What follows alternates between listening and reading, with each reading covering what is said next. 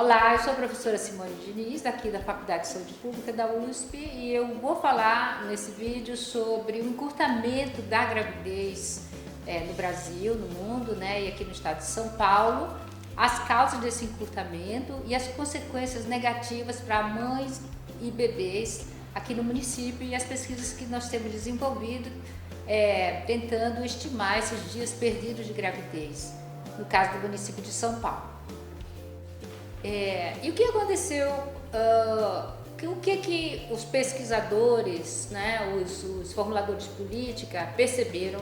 com esse encurtamento da gravidez? Primeiro, que os bebês que nasciam no intervalo entre 37 semanas e 39 semanas, eles tinham consequências para a saúde deles muito mais parecidas com os bebês que nasciam pré-termo, ou seja, com menos de 37 semanas. Esses bebês que nasciam com menos de 39 semanas completas, eles tinham uma chance aumentada de morrer e também tinham uma chance aumentada de ficar internados numa UTI neonatal, eles tinham mais icterícia, eles tinham mais hipoglicemia, eles tinham mais dificuldades com a amamentação. E quando se começou a estudar os efeitos do longo prazo de nascer com menos de 39 semanas completas, também se percebeu que isso tinha um efeito, por exemplo, sobre o desenvolvimento cognitivo desses bebês, isso aumentava a chance de esses quadros de déficit de atenção, essas crianças elas precisavam mais de suporte para conseguirem acompanhar a escola e assim por diante, tanto na linguagem quanto na matemática. Então, se percebeu que nascer entre 37 e 39 semanas era um fator de risco para um conjunto de problemas de saúde para esses bebês.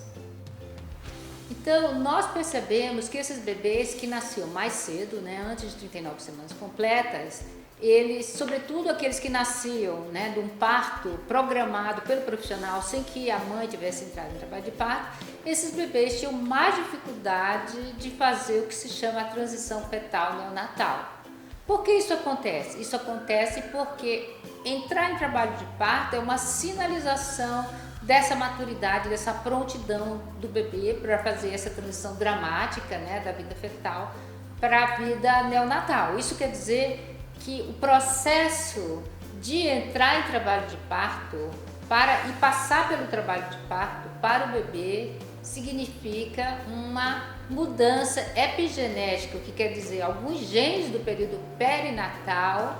do período pré-natal, antes da gravidez, eles são desligados e outros genes são ligados para viabilizar a transição que o bebê precisa fazer. No útero ele não respira, senão através da placenta, ele não digere, ele não tem necessidade de se defender de infecções, então uma série de funções será ligado para que ele possa sobreviver da melhor maneira possível a essa transição dramática que é o parto e o nascimento. Vamos lá. Outra coisa que foi descoberta recentemente é que os bebês que nascem de parto vaginal têm a oportunidade de entrar em contato com o microbioma vaginal da mãe e logo depois em contato com o microbioma da pele da mãe. Isso faz com que a semeadura do microbioma do bebê seja muito mais apropriada, por exemplo, do que aquele bebê que nasce de uma cesárea. Esse bebê ele vai entrar em contato primeiro com bactérias hospitalares e os estudos mostram de uma maneira muito robusta que há uma diferença muito importante no microbioma dos nascidos se eles nascem de parto vaginal ou se eles nascem de cesárea. Os que nascem de cesárea são aqueles que têm um perfil metabólico e inflamatório que deixa eles mais vulneráveis às doenças crônicas em geral, entre elas as doenças inflamatórias, como é o caso da asma, como é o caso dos eczemas, como é o caso do diabetes mellitus, e os estudos das coortes europeias, por exemplo, mostram outros problemas graves, como por exemplo a chance maior de desenvolver certos cânceres, como é o caso da leucemia e assim por diante. Então, hoje em dia, há uma grande preocupação de que os bebês tenham o máximo de oportunidade de chegar à sua maturidade fisiológica, à sua prontidão para o nascimento, que possa passar pelo processo epigenético do trabalho de parto, idealmente, que possam ter a primeira semeadura do seu microbioma através das bactérias maternas tanto as da vagina quanto as da pele. Então, por isso, a gente cada vez mais mudou daquele formato antigo onde a gente chamava o período de termo, esse longo intervalo de 35 dias, para aumentar a granularidade do nosso olhar sobre esse amadurecimento fetal, né? Então, a gente pode considerar que o período de termo pode ser dividido em três porções, vamos dizer assim, que seria o termo precoce, né? Esse período entre 37 e 39 semanas, o chamado termo pleno, que seria de 39 até 41 semanas, como vocês podem ver na imagem, e de 41 a 42, que seria o chamado termo tardio. Depois disso a gente teria o período de pós-termo. Essa é uma maneira de ver. Outra maneira de ver é simplesmente classificando por semanas. Isso faz uma grande diferença. No nosso projeto, nós desenvolvemos vários recursos para aumentar ainda mais essa granularidade da informação e temos trabalhado com a idade gestacional em dias, o que nos permitiu estudar quais são os desdobramentos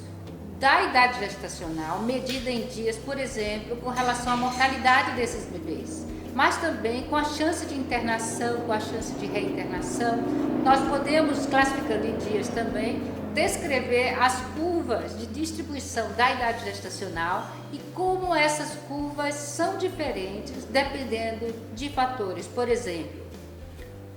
se o bebê nasceu num parto vaginal ou de uma cesárea, se a cesárea foi feita antes ou depois do trabalho de parto, se esse parto foi induzido ou não induzido, se esse parto foi iniciado pelo profissional ou se iniciou espontaneamente, se esse bebê nasceu no setor público ou no setor privado, qual a renda dessa mulher, qual a escolaridade dessa mãe, quais são os fatores sociodemográficos que podem estar associados a esse encurtamento da gravidez e também para medir quais são as consequências desse encurtamento da gravidez, ou seja, quais são as causas e quais são as consequências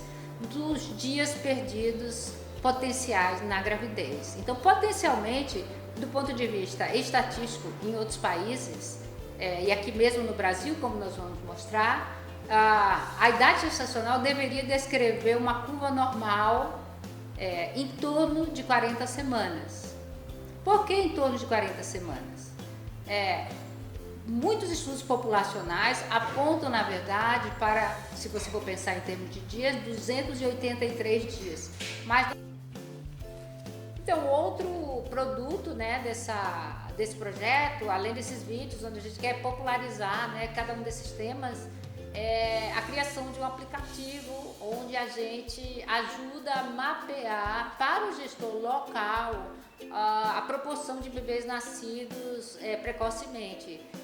tanto os pré-termo quanto os que nasceram em termo precoce, de maneira que dê para acompanhar como é que essa idade gestacional tem ocorrido naquele serviço especial e como o serviço pode